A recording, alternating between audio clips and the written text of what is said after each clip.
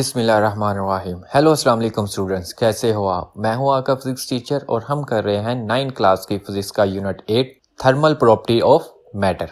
Last topic इसमें हमने जो डिस्कस किया था वो था टेम्परेचर एंड हीट। अगर किसी बच्चे ने मेरी लास्ट वीडियो नहीं देखी तो टॉप राइट साइड पे आई के बटन को क्लिक करके मेरी लास्ट वीडियो देख सकता है।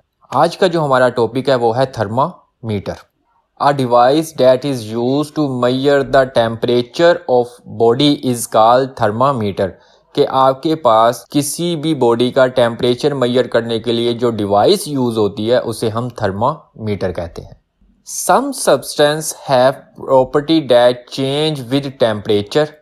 कुछ सब्सटेंस आपके पास ऐसे होते हैं जो कि अपनी प्रॉपर्टीज को टेम्परेचर के साथ चेंज करते हैं।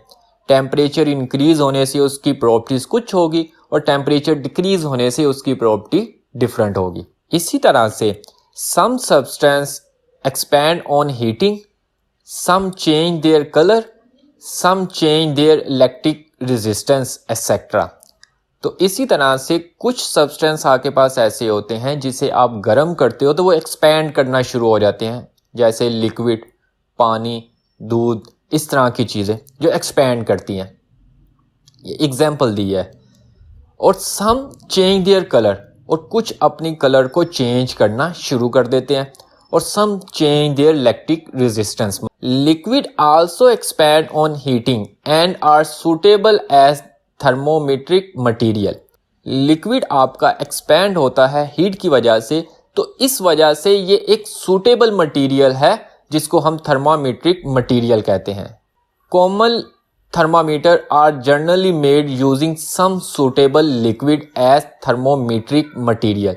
कि आम तौर पे जो कॉमन थर्मामीटर होते हैं वो एक ख़ास किस्म का सुटेबल लिक्विड यूज़ करते हैं और उसको हम थर्मोमेट्रिक मटेरियल कहते हैं। थर्मोमेट्रिक मटेरियल इस वजह से कि हम उसको थर्मामीटर में यूज़ कर रहे होते हैं, तो इस वजह से वो थर्मोमेट्रिक मटेरियल होगा। A thermometric liquid should have the following properties।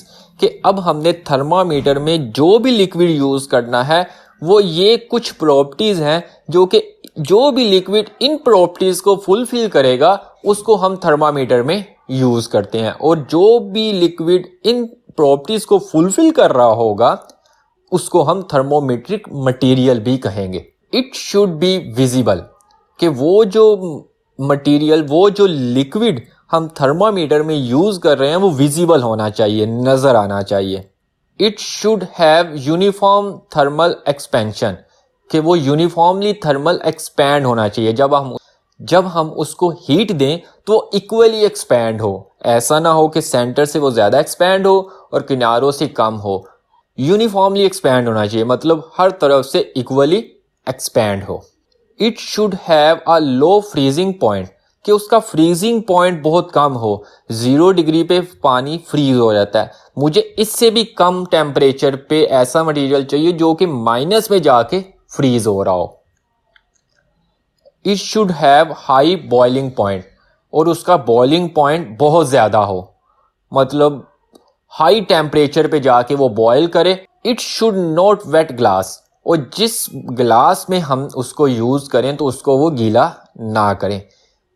जैसा कि पानी अगर आप किसी बर्तन में डालते हो तो वो पानी उस बर्तन को गीला कर देता है, और हमें ऐसा मटेरियल यूज़ करना है जो कि उस बर्तन को गीला ना करे। It should be a good conductor of heat. और वो अच्छा कंडक्टर ऑफ हीट होना चाहिए कि उसमें से जो हीट है वो बड़ी आसानी से पास होनी चाहिए। It should have a small specific heat capacity. और उसकी स्पेसिफिक हीट कैपेसिटी स्मॉल होनी चाहिए, कम होनी चाहिए। अब स्पेसिफिक हीट कैपेसिटी क्या होता है, नेक्स्ट टॉपिक आपका यही है, तो इसको हम नेक्स्ट टॉपिक में डिस्कस कर लेंगे। जो भी लिक्विड आपका इन तमाम प्रॉपर्टीज को फुलफिल करेगा उसको हम थर्मामीटर में यूज करते हैं और वो एक थर्मामेट्रिक मटेरियल होगा। Liquid in glass thermometer. अब ग्लास थर्मामीटर में हम कौन सा लिक्विड यूज कर रहे होते हैं। A liquid in a glass thermometer has a bulb with a long capillary tube of uniform and fine bore.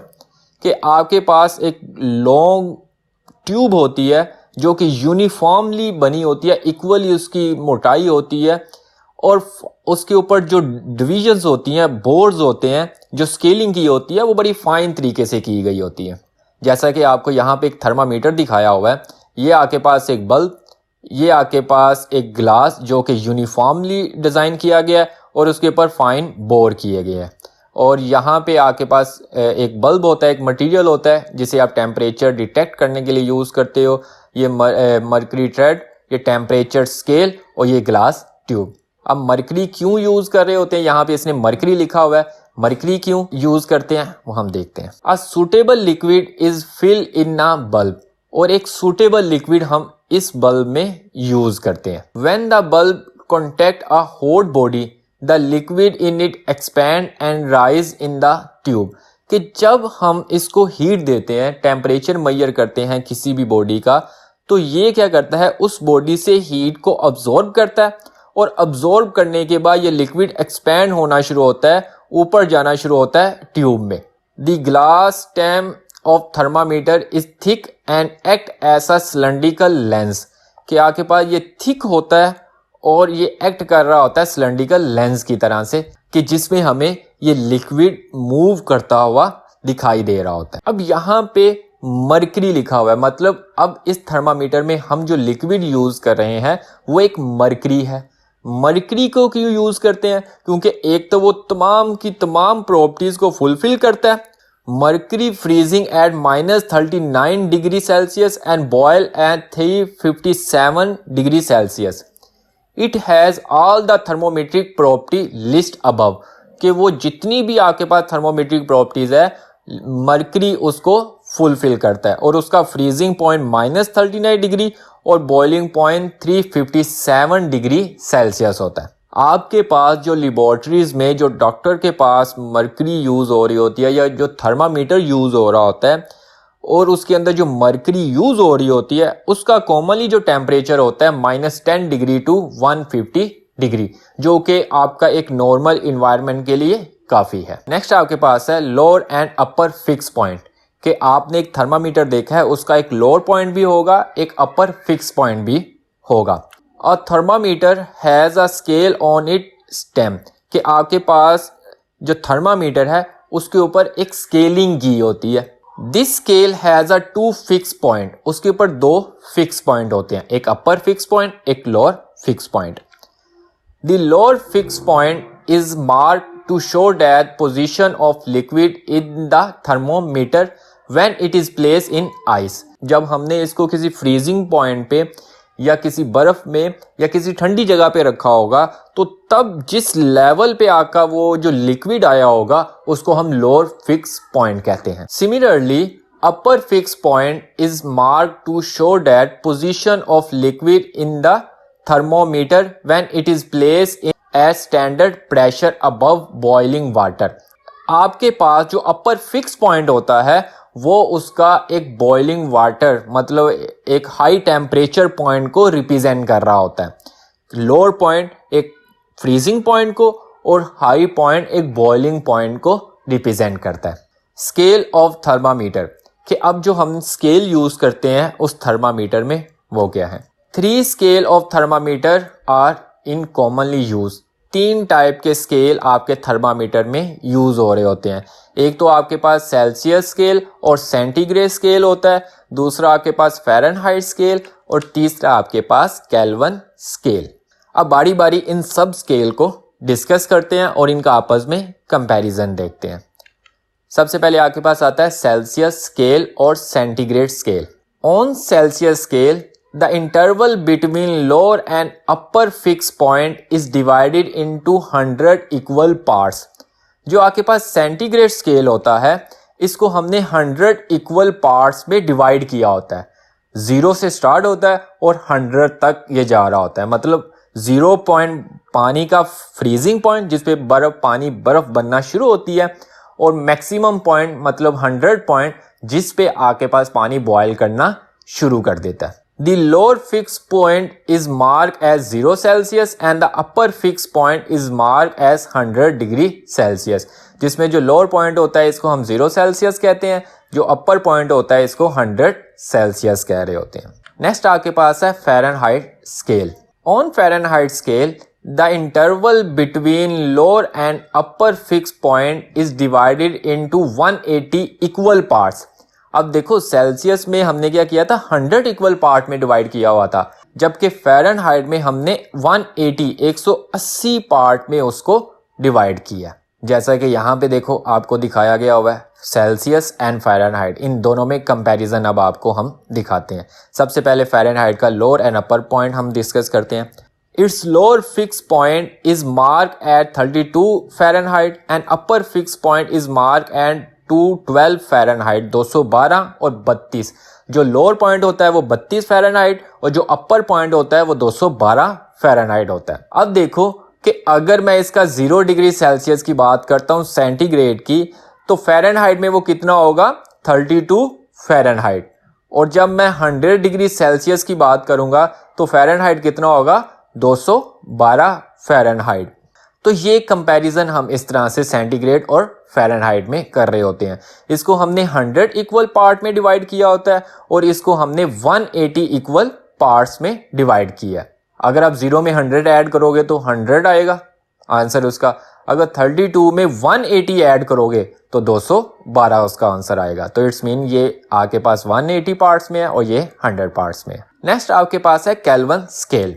The interval between the lower and the upper fix point is divided into 100 equal parts. Kelvin scale में भी हमने इसको 100 equal parts में divide किया होता है, just like Celsius scale. Celsius scale में भी 100 इक्वल पार्ट में डिवाइड किया है और केल्विन स्केल में भी 100 इक्वल पार्ट्स में डिवाइड किया है।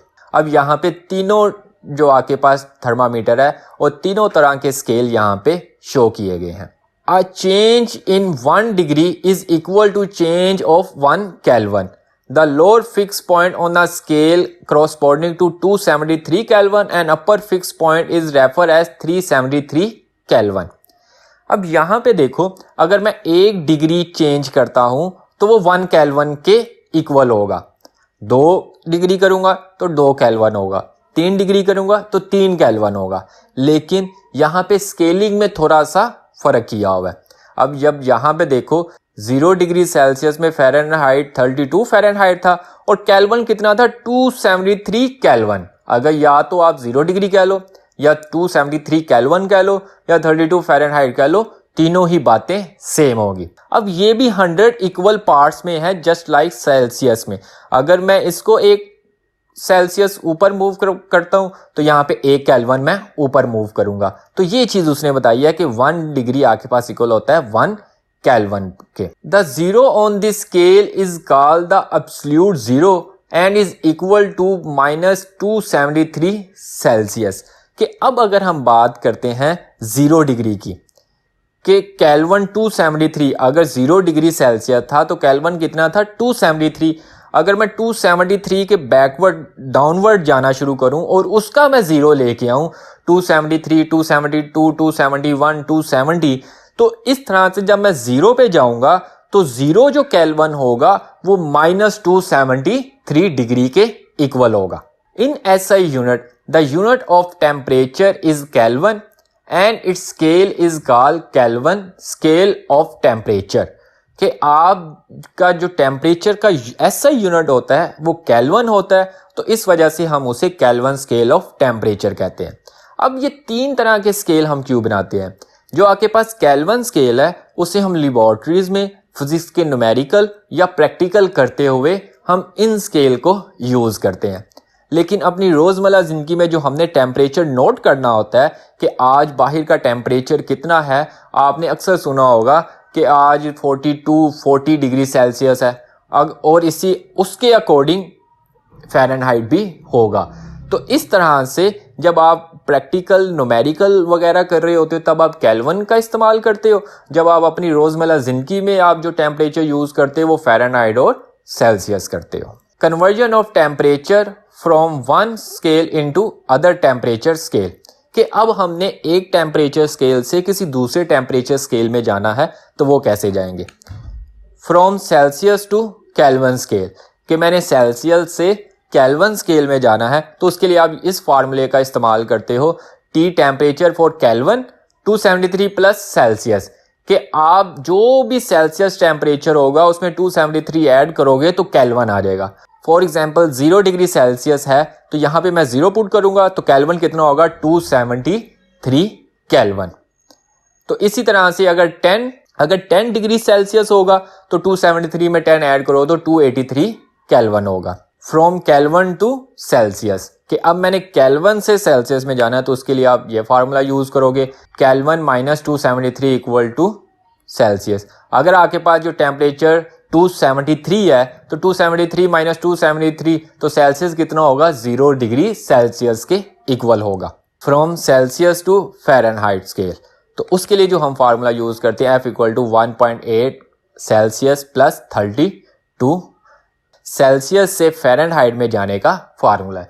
जो भी सेंटीग्रेड का टेम्परेचर होगा, फॉर एग्जांपल अगर आप अज्यूम करते हो 0 डिग्री सेल्सियस, जब आप यहाँ पे 0 पुट करोगे तो 0 मल्टीप्लाई 1.8 तो आंसर 0 प्लस 32, 0 प्लस 32 तो आंसर कितना आएगा 32। तो हमने ये देखा था कि आपके पास 0 डिग्री सेल्सियस फ़ारेनहाइट 32 के इक्वल होता है। तो ये था आपके पास आज का टॉपिक। अगर किसी बच्चे को कोई कन्फ्यूजन है वो कमेंट करके लाजमी डिस्कस कर सकता है। इंशाल्लाह मिलते हैं नेक्स्ट वीडियो में नेक्स्ट लेक्चर के साथ। तब तक के लिए अल्लाह हाफिज़।